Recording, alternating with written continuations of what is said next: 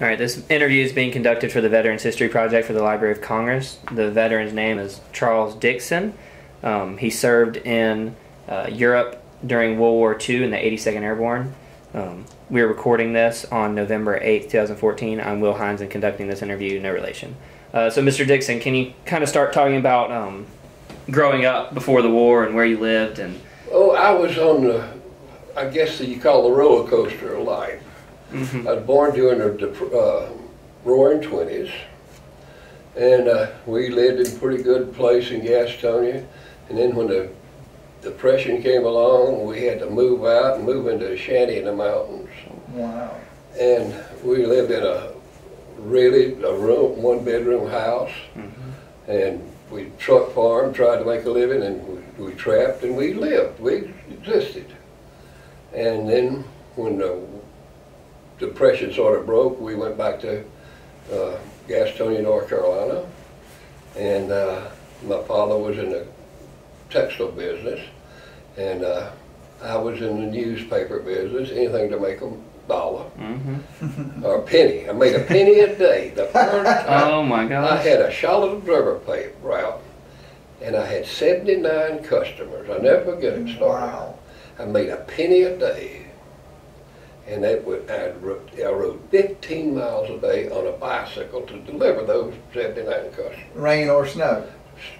Any damn thing. I had the postman beat.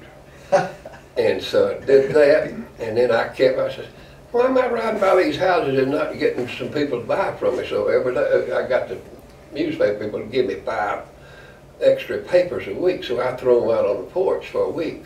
Then I go by and ask them, did they enjoy it, did they want it, and I'd start my paper. So I got me up to about 150 customers, so that was a whole lot better money. Good business idea. That was entrepreneurial. And so that was it. And I had a little truck farm. I had my customers, and I had a lot of mill owners, or people that was with wealth. And when I was going around selling, collecting my money on Saturday, I had a great big basket on front of my bicycle.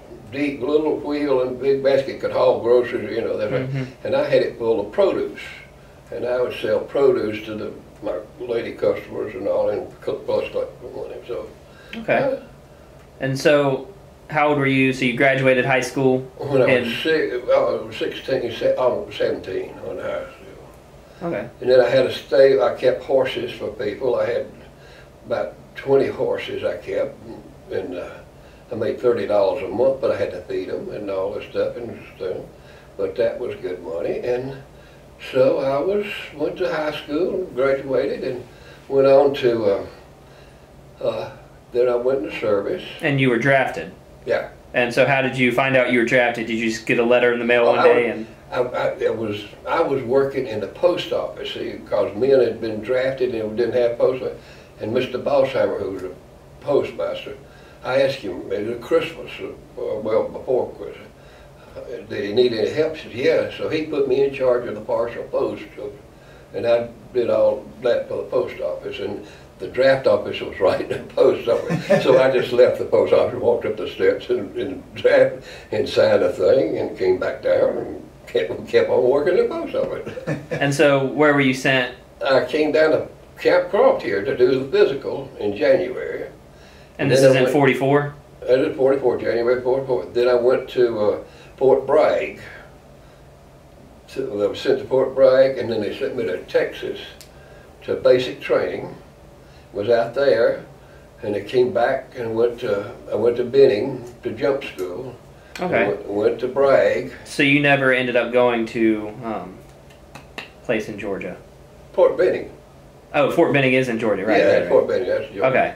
It's on the border, Columbus and Phoenix City, Alabama. Mm-hmm. That was, and so from there. And well, you volunteered, so you were at basic, and then they offered you a possibility of being a paratrooper. Yeah. And so you volunteered and went from there to Fort Benning. Yeah. And how was paratrooper training? How was that? Well, you know, when you're young and full of vinegar and been a country boy and strong as a damn onion, it was every day's work. I mean, it wasn't anything different, except you just they taught you how to put, the one thing I learned quick was the straps on your leg that you put there. Don't let them be loose. They'll pop a blister on you just like you don't believe, and your ass will swing. I mean, the next time you'll have tight bands. And so how much extra money did you make a month? $50 a month. So you made 50 a month or 50 extra a month from being an infantryman? Oh, 50 extra. Oh, that's okay. Okay. Well, then they went up. The private's pay was $21 a month when I went in, and they took $6.40 out for insurance, paying for your own damn funeral, and then $2.60 went for your laundry. So you had $12 to live on for 30 days. So it figures about 40 cents a day. Not much. So when you got $50, you were walking on high cotton. That's right. So that was it. And so you did a lot of weapons training while in Fort Benning, and mostly jumping in. We'd had a whole lot of weapons training and basic training. You know, this is machine guns and mortars and BARs and the whole 9 yards, and they had that. And then when we went to Benning, went in the good part. But my first goof off. I could have stayed at Fort Benning the whole war and played baseball. Really? I was a left-handed pitcher and a first baseman, and Gastonia was a mill town, and I played mill ball and all, and I could throw that ball like a wire nail. I mean, and this major, he was a property of the White Sox, and he says, "Charlie, you stay down here and you stay with me on this the camp team, and I'll keep you down here during the war." But I had a little sweetheart up at Chapel Hill, and I thought, if I go to Bragg, I can run up there, you know, every weekend. Yeah. Well, that didn't pan out. I went walking in at Fort Bragg. I never forget the captain's name, Captain Edwin Bowen, West Pointer. I went in, I gave him one of those high ball salutes, and PFC, Dickson report, and he said, "Are you prepared to go overseas?" I said, "No, sir." He said, "You got 3 days to get ready." Oh, golly. I said, "But could I go back to Benning?" And he said, "No." He said, "Why?" And I told him, he called the first sergeant, "Give this boy a pass and let him run up Chapel Hill and kiss that little girl goodbye, because we'd be going out there." And so you were already in the 506 when this was happening? Yeah. Oh, God. So we crossed the Atlantic and went to England, and went to Aberdeen, and that's the world's coldest damn place, and hell can't be any colder than that was, except the Bulge was. And so we were up there, and we jumped, we ran, we greyhounded, we did everything. And this is in England? Yeah, up in Scotland. Oh, Scotland. And then we did that, and so we moved down to Leicester or something like Lancaster, except it's Leicester. And that's where we loaded up for. And I know that y'all were delayed 1 or 2 nights, correct? Yeah. So you would get all ready and get your stuff on, and then had everything packed. And that was it. Now, how were your nerves? Well, I never did smoke, so I don't know. And I probably, drink. You didn't have, except that mild and bitter beer, and it didn't taste worth the crap to me, so I just laid off of it. Yeah. But now I did develop a good taste for single malt scotch. Oh, I did. I mean, good, but that was later on in the life. A chaplain taught me that. And so that was a thing. So. And so you were just relaxing in your barracks, and you get ready, and then you get the word that you weren't going, so you go back. Hold off. And then we got on and went out in the middle of the damn night. The scenery wasn't too damn good. And I remember going to the door when they get ready to jump light. And I could see a little strip, just a little touch of light out the window, So I figured it was east, The sun comes up in east and and out I went. And you didn't know what you were going to get, what pine tree or electric wire or barbed wire fence or what in the hell you were going to catch. And where was your target? St. Glaze. Okay. And you were not one of the ones that landed in the city? No. I was about, I don't know how many miles, you know. I got a little cricket, that we had. Oh, you still have it with you? Yeah. Oh my. And I still got one of dog tags. Really? Yeah. Show 'em. I'd like the camera Yeah. to have them on there.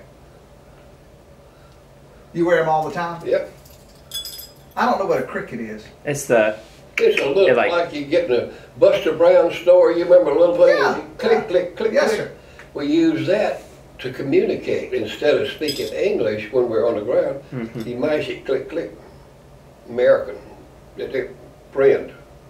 If the man clicks you back, that's good. If he didn't click you back, pull the trigger. Yeah. I mean, that was. Wow. I mean, it was.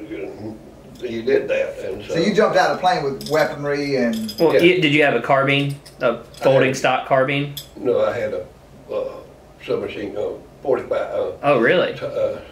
You said Thompson earlier. Mhm. You had a Thompson? I'm surprised they gave you all those to drop. I thought most of the time they dropped with the folding stock M1 carbines. Well, see, the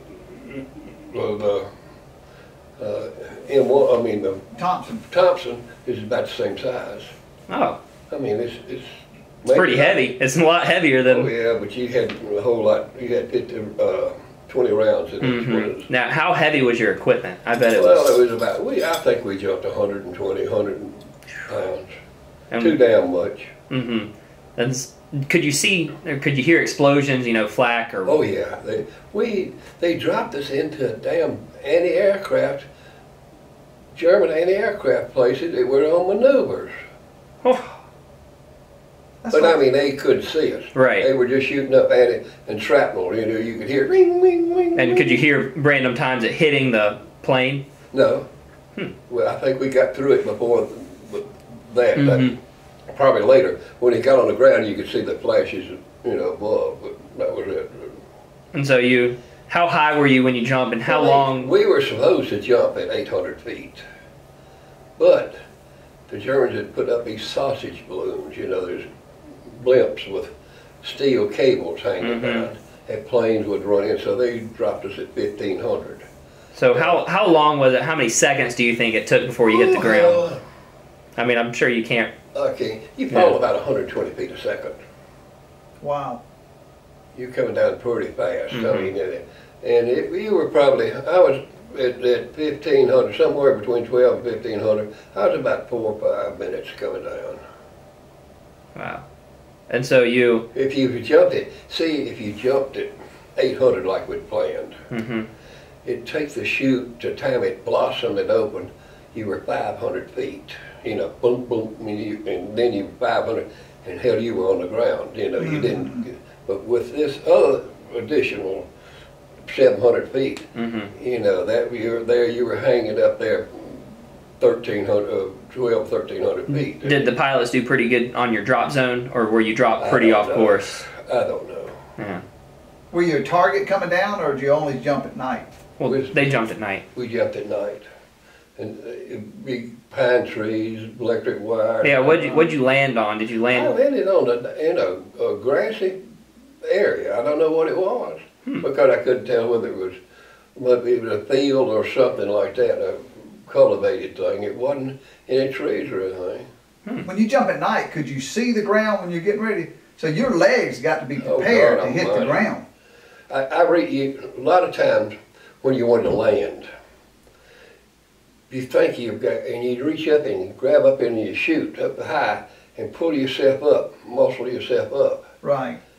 Then if you pull up, and then when you hit, you let off, and it was just like stepping off of. If you timed it right, it'd be just like stepping off of an elevator. You didn't. But if you come down like that, but you pull up and you hit, you let it off, and you Softer.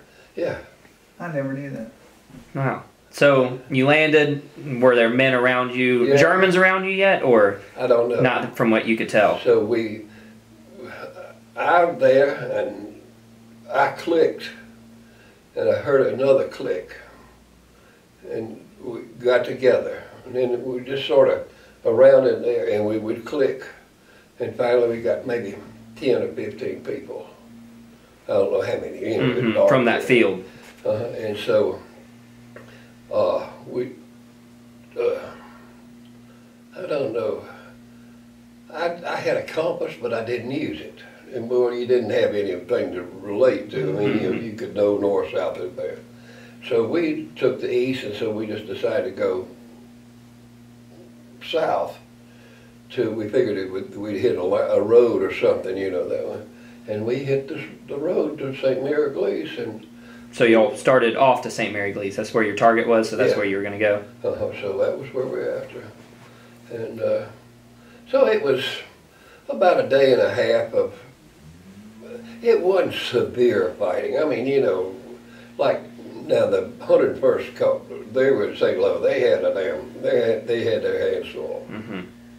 But we got in there, and I think what happened, now I didn't see it, but I was told that there was 3 German big Tiger tanks, or Royal Tigers, coming down the damn road toward St. Mary Glaze, where the bridge was that we were holding. And 2 corporals come out of the side of the bank. They took a damn bazooka and popped the first one. And it stuck in the road to where they couldn't get around. And and stopped the road. They couldn't. And they went around the side, and they got all 3 of them. Did they really? And they said that the units following them, you know, but they made a U-turn and went back. And those 3 big tanks sitting in the damn road, and there was no more tanks could come by or there. So that was the biggest roadblock. I mean, I didn't see them, but we were told that was the crying blow. The lady I visited in St. Mary Glaze, actually, that happened in front of her house because she showed us where the tanks were actually, the first one was hit and the other 2 couldn't get around. And so they were just sitting ducks. So I've been to that spot. That's you know what I'm talking about? Yes, sir. I know. And there's the bridge right there that they were trying to get to. Yes, sir. So did you run into any pockets of Germans that night? Did you have many firefights at all? Well, there's probably some. We'd click and you didn't get an answer, but you could hear it, feet still on the, you know, walking. So we didn't know how many. You just shot? Huh? Did you just shoot them? No, we didn't shoot because we didn't know what we were biting into. Right. There could have been 50 Germans there and they had no clue. 10 of us, so we just figured let it well enough alone until we could get some vision, you know, and protect your ass then, and then be ready to go. And do you remember the first time you fired your weapon? No. I don't remember. So did y'all just get under cover and just wait till daylight? We laid where we did. We found a trench, you know, beside the road, and we got up just on the side of it so we could guard it, you know, and just observe what was coming up and down the road. If we'd click, you know, if somebody was coming, click, and if they did, you know, we were up, you know, and so we gained people in the thing until we got about a platoon, probably 30 or 40 in the course of the night.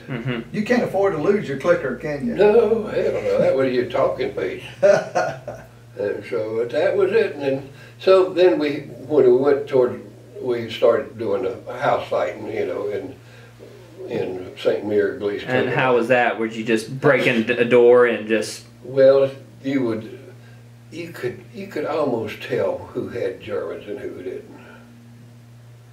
You know, because the ones that had Germans, the doors were locked. The ones that didn't have doors, we could open easily. And that was, I think, was a warning. So a lot of times we'd take a bazooka and shoot the door, you know, knock it out right there. And that explosion in the Germans would usually come out. Sort of like the SWAT teams, you know, knock that thing, and you know, but we do that instead of opening the door and getting shot at. You just hit that, and that bazooka would knock there and you get in. So that was it. And then would you wait outside after you did that, or would you rush in? Oh no, we'd go through it. Yeah. Go through. And the main thing that Germans did, they were putting up in the second story windows where they could, Sharpshooters. well, they'd have those damn burp guns. They were high. MP40s or Yeah, machine pistols. You call them burp, and they were burp. Wow. They would shoot. I mean, they were good. And that was a damn good gun. And so that's what you try to get that in the machine guns, you know. And the man up there in the window, he with a gun, he wouldn't last long. But a machine gun or that, you had to really lob a grenade or something in there and get him out. So, cool. that was there. I remember the first man I killed. Well, And it was, you know, it's funny. You felt good inside, but yet you were a little icky. Yeah. what happened? I mean, would you mind talking about it or? Well, he was shooting at me. Yeah. Or shooting at us. And I just happened to line in on him, and I unloaded, and I didn't do a whole clip, you know, but Of the Thompson. it just a burst, you know. And it hit him, and I rolled his ass back. And that was the end of it. And I looked at it, and, you know, I shot rabbits and all the stuff all my life, you know. And I just said, well, he's party. Well, he was shooting at you. You were right. Right now, concealed weapons, protection, defense. That would save me ass. Yeah. But that was it. The first one, then after that, it got good. It really did. I mean. Because you looked at them as the enemy, and they were trying to kill you. And you probably had friends killed that made you really mad. You'd see one of your men killed, and especially a head wound. Oh God, that's the worst thing. Really? A head wound, and you see brains coming out, and there's not a damn thing you can do, and your eyes open, and you're wanting mom or God or Jesus, you know, help me, this thing. That is when your hands are tired, and that's when you take out your revenge to get even. And You never had to have any hand-to-hand combat, or did you? Yeah, in a little town in Heilbronn, Germany. Wow. Had to we were hand-to-hand in that. And that was the SS headquarters down in Heilbronn. That was the last big battle really fought in Germany. Wow. And so I know I've seen the Band of Brothers series. They went and took a town after. What is that town name? And did you take that town with them, or the 506? I can't remember the town name. You know, after D-Day, 2 days after D-Day, did you? It starts with a C. Not Con.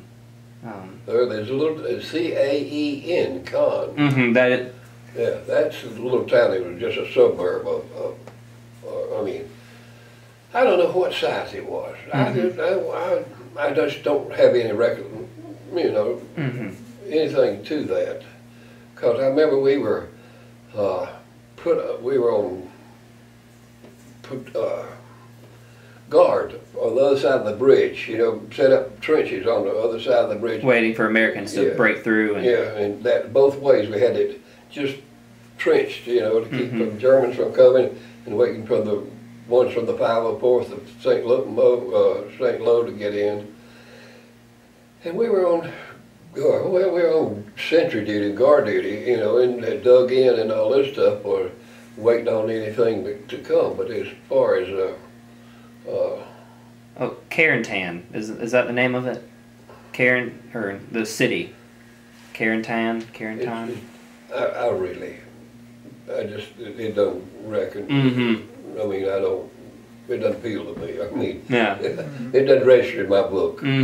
But it's probably, there's so many towns and cities and little villages that you went through, you never knew the names of them.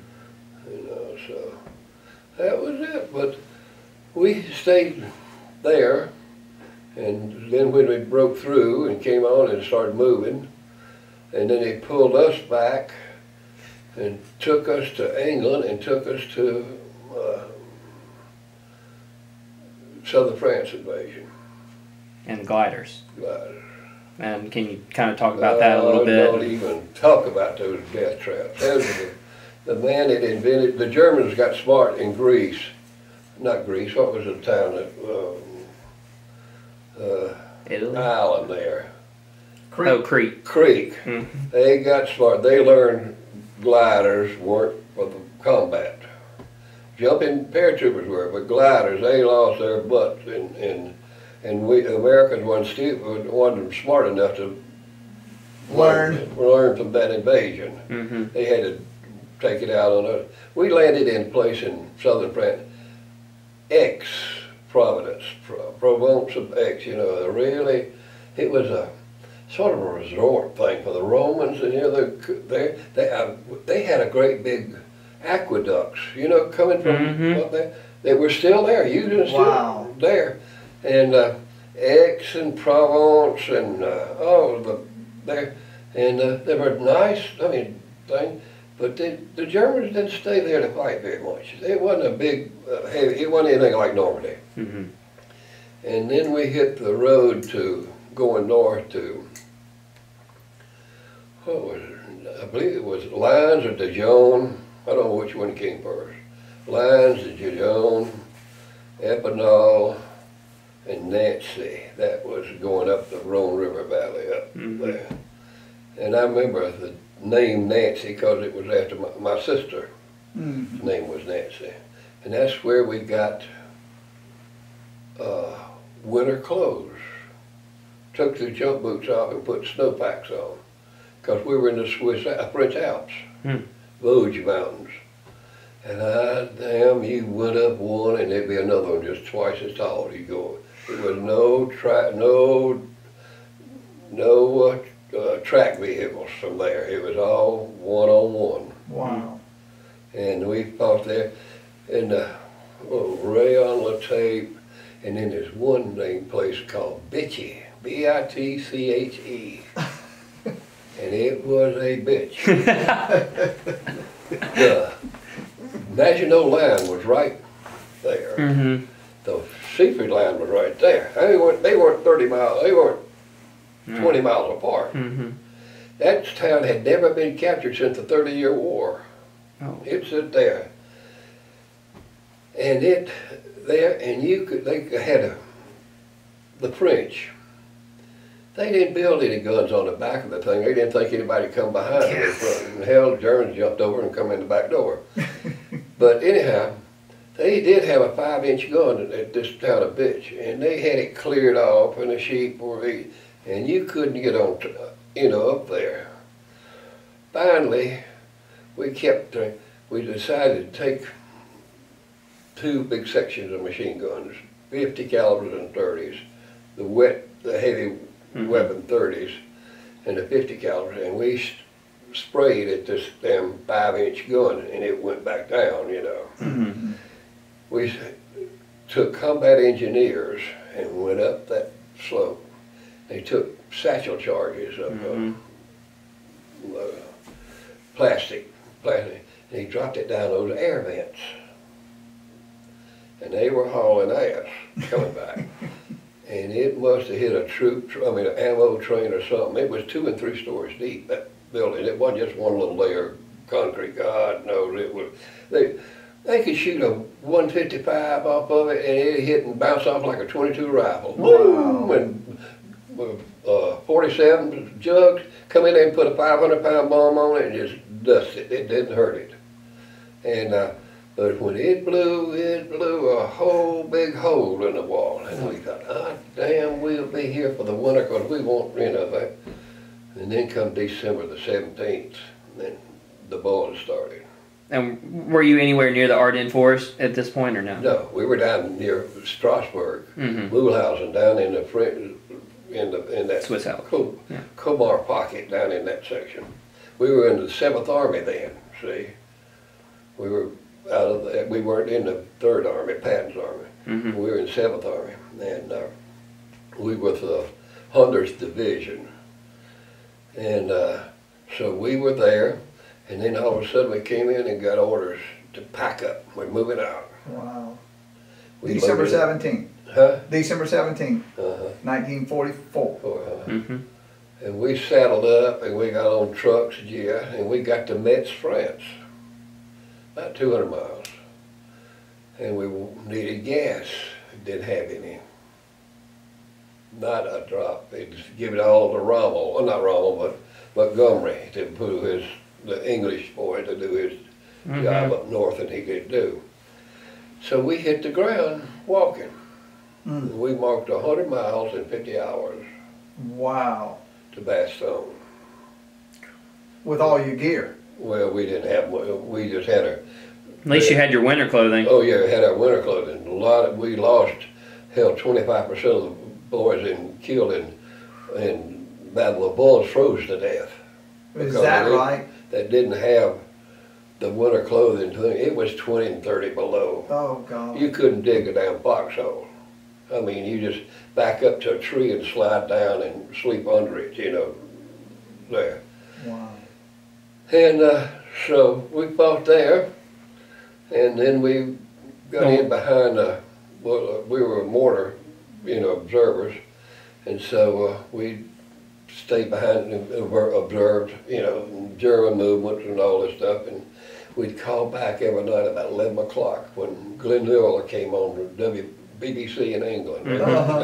And you know, they broadcast from there to Europe, and there was a lot of code messages coming out of England about that thing. Really? And we would call back to headquarters and give them locations of what happened at the same time, you know, there, and just quick, less than 2 minutes, you know, so they couldn't cross, you know, line us up on. While Glenn Miller Orchestra was on the radio, on the waves. That is neat. Can you describe the fighting at Battle of the Bulge? Did you ever come in contact, even though you were a forward observer, did you ever come in contact with Germans that stumble upon you know, in a patrol or something? Oh, I saw them, but we didn't. The force we had, we didn't disturb. We didn't bother with them. Because so you just hide?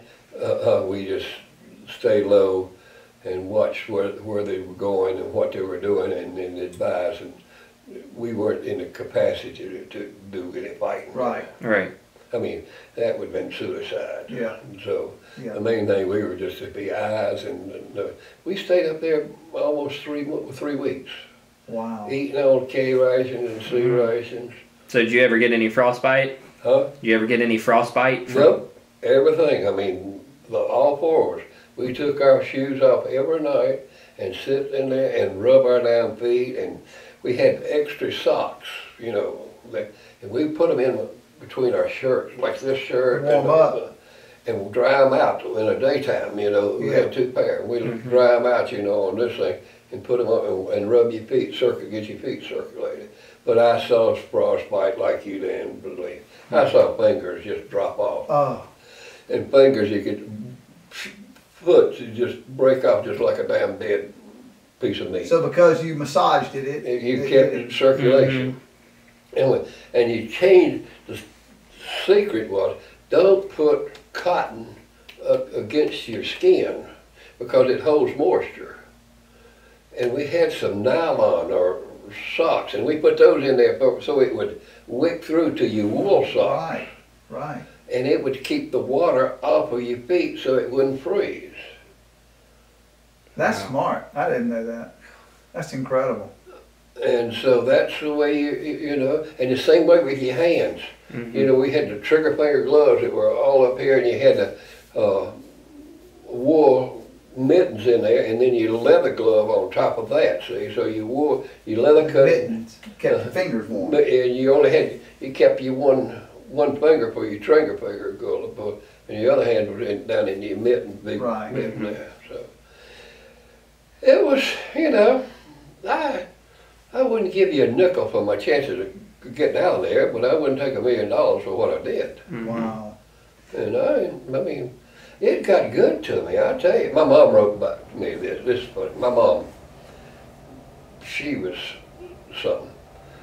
And she wrote me that I'd gotten a medal or something that they'd sent home, you know.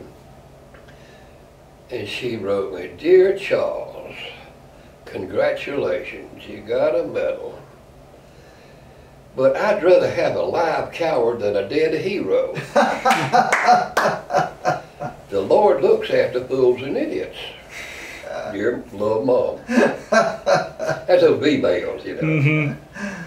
So I got around there. I said, dear mom, I'm okay, everything. The hunting season is good, plenty of ammunition, all this stuff, and bag limit, and the whole thing, you know. It's just great. And I says, by the way, which one am I, Charles? I got a V-mail back. Dear Charles, take your choice, love mom. Oh, that's great.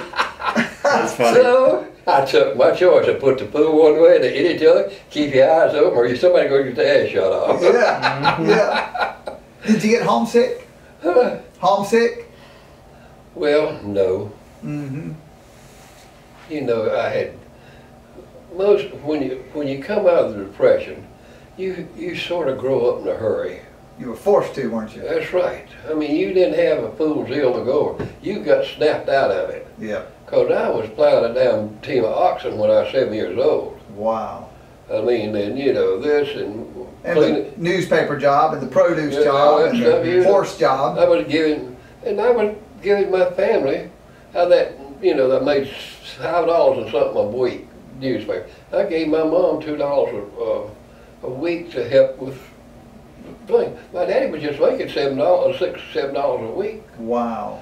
And you know that, and I, you know, you're making $5. I gave her $2 a week out of that, and I had to, you know, I bought my rubber bands, and I was paying 50 cents a week on my damn bicycle. Right. So I, you know, that was it. So you know, and that was, the depression was an education. That's why the people in World War II, they had already survived a whole lot more. They knew the value of hard work. That's right, and then you didn't look at the clock and say it's 5 o'clock quick. You just keep on going till you got it done. Yeah. And and I'll be truthful, I never ever had surrender in my vocabulary. Never in my whole life. I never did. I didn't believe in surrender. Right. I might negotiate, but I ain't surrendering. You're never going to quit. That's right. And so that was it. And so I think that's, so. You know, out of all these interviews, I find that as kind of the common thread. The World War II guys were motivated. Mm-hmm. You know, they weren't going to stop. They weren't going to quit. It was fighting for honor and for the country. And we're going to do whatever it takes. Mm-hmm. And that's what seems to permeate. When the war started on that Sunday, in December the 7th, I was up at the American Legion, not American Legion, but the National Guard Army, playing football on the background. You know, back in the... What city? Where was it? Gastonia. Okay. And the commissioner of baseball and the adjutant for the American Legion and the National Guard, all of a sudden they opened those big damn doors, you know. They rolled out these machine guns on wagon wheels and all that stuff. And we went up there to see. Commissioner, what's going on? You boys go home and Pa and Mother will tell you what's going on. We get home right now. Mm-hmm. Wow. And then, you know, that was the thing. You went home and everything was on the radio about Pearl Harbor, the whole 9 yards. And that's when, I think everybody, I mean, you jump on the United States, you're going to get your ass whipped. Yeah. Mm-hmm. I mean, Let's go to war. And we don't have that today. Yeah, I agree. You don't have it, and you got too many pussyfoots in there. When we lost the American Army was in Korea. We don't even give them a credit for that. They call it a police action. We lost 58,000 people in Korea. What do you mean a police action? That's what Truman and him called the war in Korea, a police action. Oh. Shit, I never seen police that many. Mm-hmm. Wow, that's what your grandfather fought in. Mm-hmm. Papa. So what was the closest call that you probably had, or you probably had a lot of close calls, but of possibly being killed? Whew, I guess, well, you know, every day was a close call.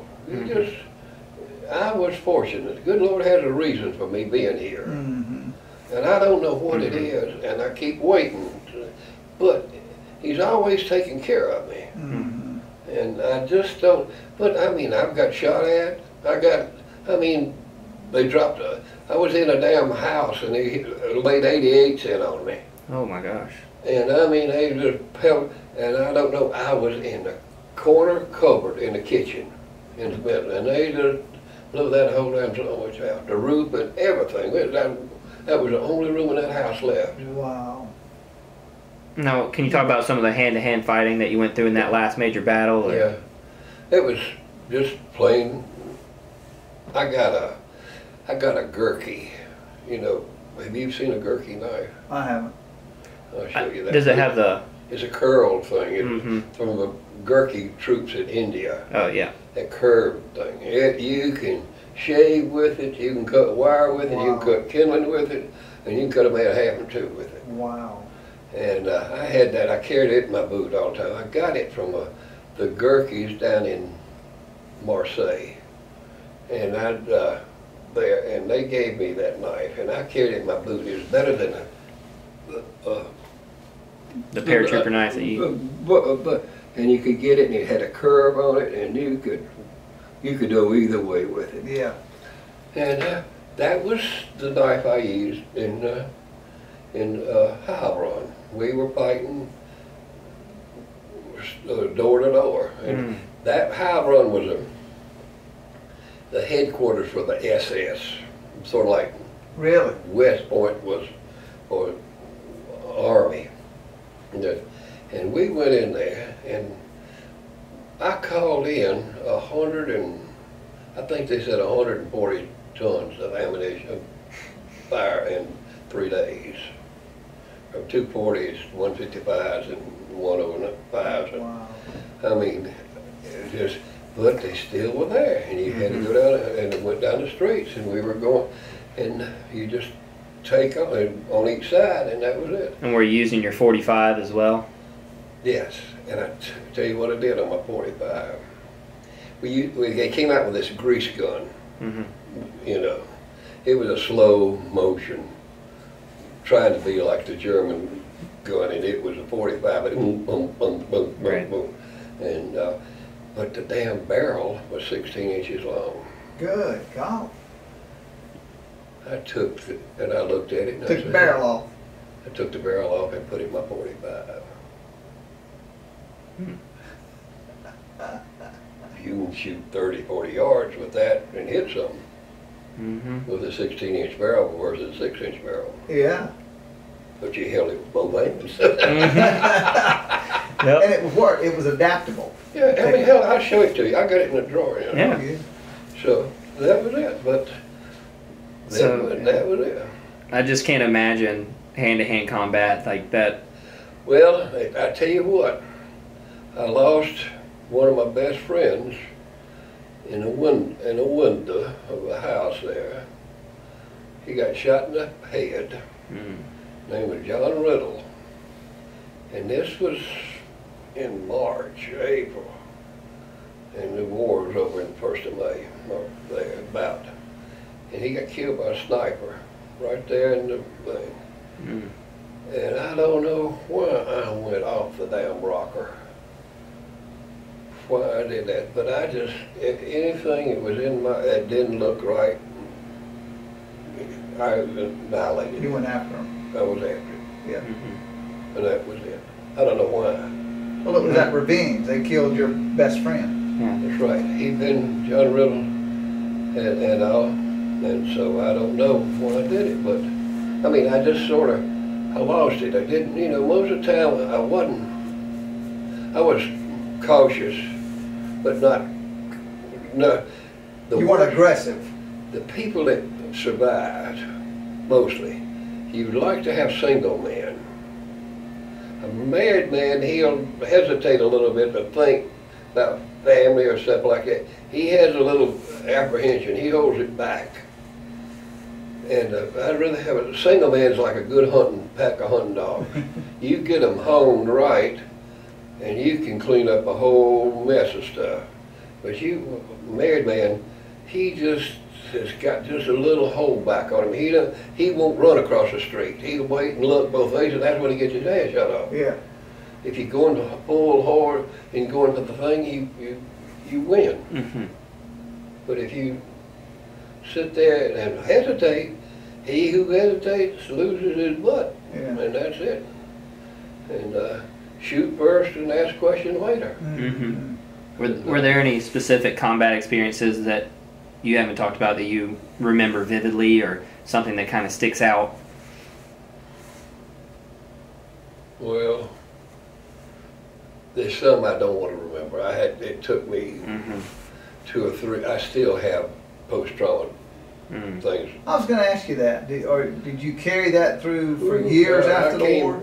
You know, they taught us to kill and all. Yeah. But when I came back, they turned us loose on the street. I'd wake up at night and I'd be fighting like hell. And just, I mean, we lived over on West Main Street. My folks came down here. Daddy was with Thomas and Howard, feed Camp Cross, the food though. And I'd get up, and I mean, I was wet with sweat, you know, just thing. And I'd get up and get on there, and there was 2 policemen, Mr. Red Blanton and Mr. LeGrand Rouse, who were detectives. And they'd see me, come on in, get in, Charlie. And I'd ride with them an hour or 2, and you know, just around. Really? There. In the police car? Yeah. Just, you know, and we'd be talking, and they'd let me off, and then I'd go back. But I had that. Hell, I had one about 3 or 4 weeks ago and bumped my damn head, fell out of my own bed. Really? You were fighting? Yeah. And isn't that something? so you just don't, you never ever, and that's why I don't watch a whole lot of documentaries or movies and all that stuff, you know. I just, the least said, or I don't mind saying, there's some things I'll never tell. I mean, that I can keep this inside. That I might there, but some things I'm ashamed of that I did. And I don't mind telling you that. But there's others I just rather not discuss it. So, but that's just that's part of war, right? That's what you were part of trained war, to do. but you know, I don't think you ever get rid of it. And you have a feeling for your fellow man. You know, somebody's in a war with you. You know, that's just like a brother. Right. I mean, he's been through it. I had a friend at the church, Carl Dellinger. His initials were the same as mine. He was from North Carolina. He was in the Pacific. I was in there. We cooked at the St. John's Lutheran Church for 20, 30, 40 years. And we were just like brothers. He was a VAR man. And when he got cancer of the lung, I stayed with him and helped him and his wife till the day he died. Wow. But he was just like a brother, and we got so connected at the church, you know, cooking, and I could stir him up in a hurry. I need some onions and garlic. No, we're not going to have it. I mean, oh, hell, I could just put the needle to his ass in a hurry. I mean, that was it. So, we're out at the American Legion thing out there, and we've got a commemorative walk. Do you know about this? Well, they got the statue out there. And Ed Hall, I know Ed Hall. I actually interviewed Ed Hall. Well, Ed Hall he calls me his World War II hero. Does he?